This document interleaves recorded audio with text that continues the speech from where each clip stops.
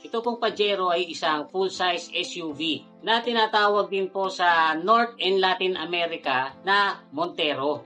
Pero sa Brazil and Jamaica, ang tawag po dito ay Mitsubishi Shogun. Yung pong pangalan na Pajero, yan po ay nanggaling sa isang hayop, sa isang Pampas cat to be exact. Wildcat po yan sa South America. Yan po kasi ay may scientific name na Leopardus pajeros. Ang pinaka-idea po ng Pajero ay matitrace po natin hanggang noong 1934 dahil sa Mitsubishi TX33 na exclusively ginawa para sa Japanese government. Pero yung pinakaunang sasakyan na pinangalan ng Pajero ay isang prototype na ginawa po noong 1973. At ipinresenta po yan sa Tokyo Motor Show na kung mapapansin nyo ay kamukha or kahawig ng isang Jeep Wrangler. Hindi po yan umabot sa production. Pagdating ng 1978 ay naglabas ulit sila ng isa pang prototype na pinangalanan nilang Pajero 2. Dito naman ay medyo mukha na siyang SUV. Siguro po yan ay medyo napansin na kaya ito ay umabot na maging production car na inintroduce noong 1981 sa Tokyo Motor Show uli pero naging available po ito sa public noong 1982. Marketed po ito as a rugged luxury vehicle na capable makipag-compete sa mga Toyota Land Cruiser, Nissan Patrol at saka sa Range Rover. Pero mas angat po ang Mitsubishi Pajero kaysa doon sa mga kasabayan nito kasi yung ibang mga SUV noon ay mga naka-leaf spring pa ang ulihan or nakamolye pa pero itong Mitsubishi Pajero ay naka-coil spring na pati yung likuran tapos adjustable pa ang mga suspension nito.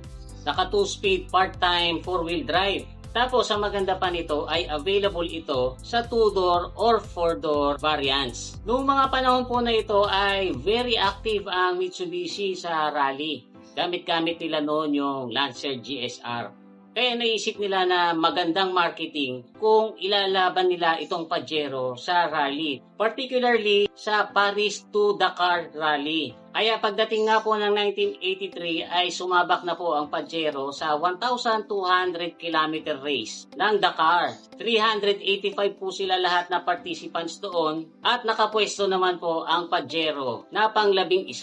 So not bad po yon para sa first time nilang pagsali sa Dakar. Considering na ang ginamit nilang Pajero ay almost fully stock. Pagdating naman po ng 1985 ay dyan na nagsimula ang alamat ng Pajero sa Dakar Rally. Sumabak ito sa disyerto, sa rock climbing, sa mga jumps, pati yung mga biyahe sa coastline. And this time sila na po ang nag-champion. Pero simula lang po yon kasi mula noong 1985 ay sunod-sunod na silang nanalo. In fact, nalagay sila sa Guinness Book of World Records as car with the most victories sa Dakar between the years 1985 hanggang 2007. Yan po ang naging dahilan para sumikat ng gusto ang Pajero. Natatandaan ko pa nga po noong mga panahon na yan, kilalang kilala ang Pajero dito sa Pilipinas na sasakyan ng mga congressman or mga politicians. Pagdating po ng 1991 ay inilabas ng Pajero ang second gen na maraming pinahanga kasi guys, ang naging focus naman ng Pajero dito ay hindi lang sa performance kasi in-improve din nila pati yung interior nito. Naging mas luxurious. Tapos, ang maganda po niyan ay naglabas ang Mitsubishi, meron yung tinatawag na metal top, merong canvas top convertible, tapos yung pinakasikat na high roof wagon. Standard po na equipped ito ng ABS at merong 3 modes adjustable shock absorbers. Sa panahon natin ngayon, hindi yan big deal pero noong 1990s ay big deal po yung mga features na yan. Sa mga luxury car lang yan meron. Pagdating naman po ng 1997 ay naglabas sila ng Special Edition Pajero Evolution. Na talaga naman ng mga panahon na yon ay parang wala ka nang hahanapin pa.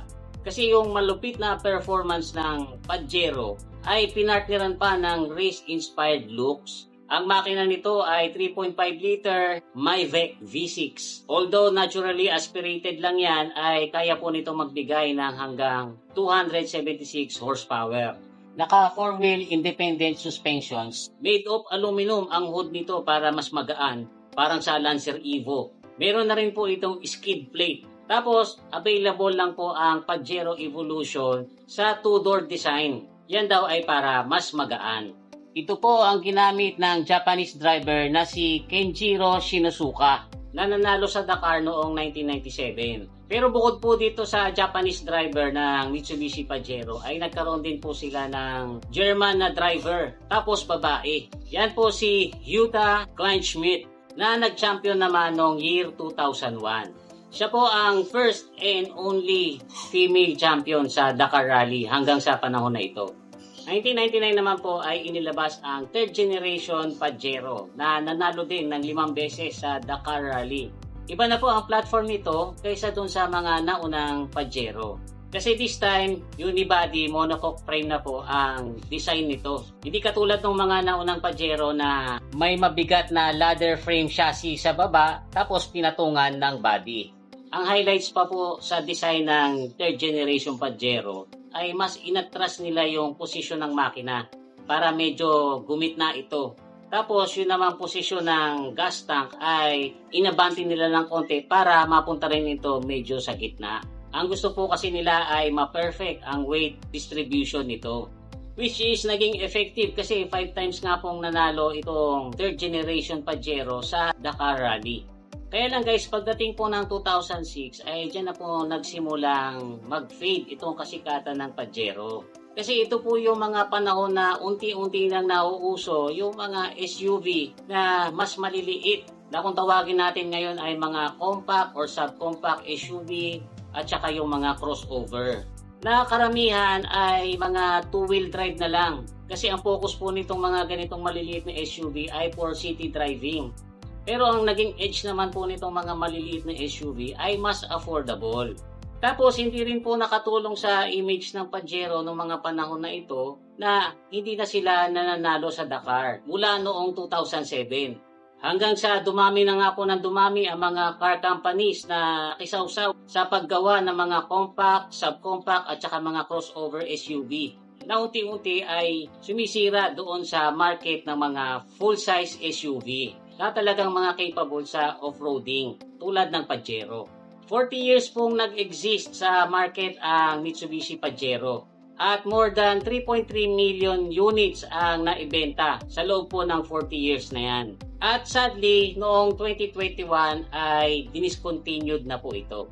Makikita pa rin naman po ang pangalang Pajero dun sa maliit na version nito na tinatawag na Pajero Sport. Sa ibang bansa po yon kasi dito sa Pilipinas ang tawag po natin dyan ay Montero Sport. Pero although Pajero ang pangalan niyan sa ibang bansa ay malayo na po ito doon sa design ng original na Pajero. At malamang ay hindi nito mapantayan yung kasikatan ng full size na Pajero. Noong November 2023 ay napili po ang Pajero na masama sa Hall of Fame at itinuring na isang historical car ng Japan Automotive. So sa ngayon po ay hindi natin alam kung kailan babalik or kung mababalik pa ang Pajero sa market. So sa ngayon, rest in peace Mitsubishi Pajero.